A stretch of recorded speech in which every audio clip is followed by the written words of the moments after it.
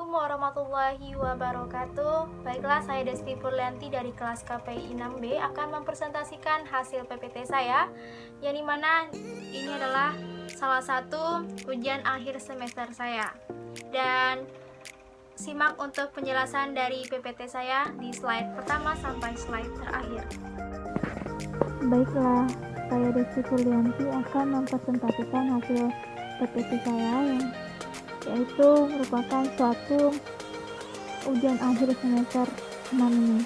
Nah, yang pertama yaitu definisi sosiologi komunikasi, yaitu kekhususan sosiologi dalam mempelajari interaksi sosial, yaitu suatu hubungan atau komunikasi yang menimbulkan proses saling pengaruh dan mempengaruhi antara para individu dengan kelompok-kelompok lainnya. Nah, mempelajari interaksi sosial dalam segala aspek yang berhubungan dengan interaksi tersebut. Misalnya, bagaimana interaksi dilakukan dengan menggunakan media, bagaimana efek media sebagai akibat interaksi, perubahan sosial apa yang bisa ditimbulkan, dan konsekuensi apa yang terjadi dalam penggunaan media massa tersebut.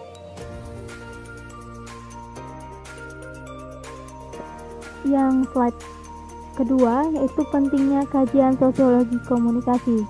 Nah, perlu mempelajari kajian sosiologi komunikasi untuk menyelaraskan diri dalam kehidupan bersosial dengan masyarakat dan bertetangga. Dengan kata lain, kita akan dapat mengendalikan globalisasi juga modernisasi yang memberikan dampak pada sosial.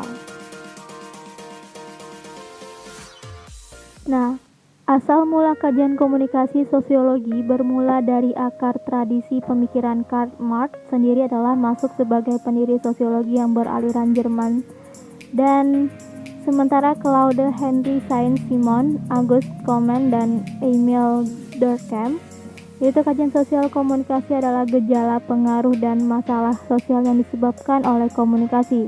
Nah, ruang lingkup kajian sosiologi komunikasi yaitu pengaruh atau akibat-akibat sosial yang terjadi. Yang selanjutnya itu perkembangan sosiologi komunikasi di era digital. Nah, apa itu gaya hidup digital? Gaya hidup digital merupakan sebuah fenomena bagi masyarakat milenial dewasa. Hal ini menjelaskan bahwa gaya hidup digital merupakan revolusi gaya hidup atau bahkan budaya hidup akibat perkembangan teknologi informasi dan komunikasi yang semakin pesat dengan menggunakan peralatan era digital.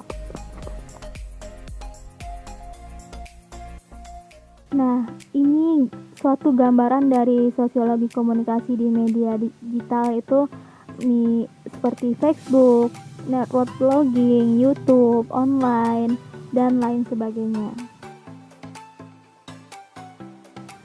Yang selanjutnya itu di era digital juga orang memiliki gadget dan menggunakan saluran internetnya sebagai fasilitas untuk menjalankan aktivitas sehari-hari, baik mulai dari anak sampai orang lanjut usia sekalipun. Apa pengaruh media sosiologi ini bagi anak-anak di usia dini?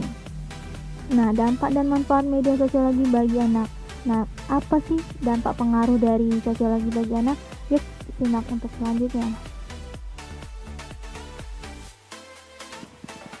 Dampak positif, yaitu anak bisa menggunakan sosial media, dapat belajar mengembangkan keterampilan teknik dan sosial yang sangat dibutuhkan bagi anak di era digital.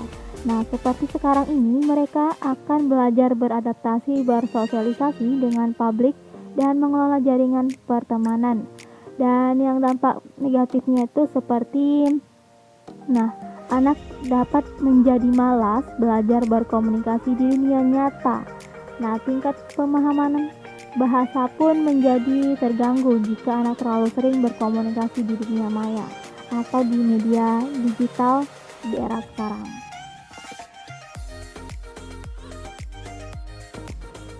Selanjutnya itu sosiologi komunikasi Islam. Nah, bagaimana penjelasan dari sosiologi komunikasi Islam? Yuk simak untuk selanjutnya di slide berikutnya. Cus simak. yaitu menurut Sojono Soekanto berpendapat tentang sosiologi komunikasi bahwa sosiologi komunikasi merupakan kekhususan sosial mempelajari interaksi sosial. Nah, interaksi sosial ini merujuk pada suatu hubungan atau komunikasi yang menimbulkan proses saling pengaruh dan mempengaruhi satu sama lain.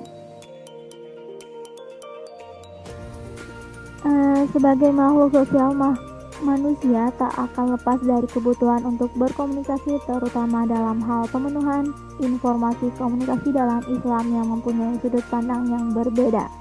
Nah, karena manusia sejatinya melakukan komunikasi secara hablum minallah dan hablum minannas. Nah, bagaimana lanjutannya? Untuk selanjutnya.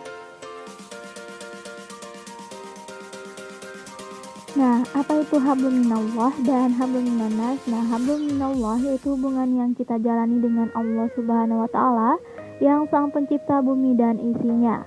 Nah, komunikasi yang dijalani seperti sholat, membaca ayat suci Al-Qur'an, zakat, puasa, dan ibadah haji.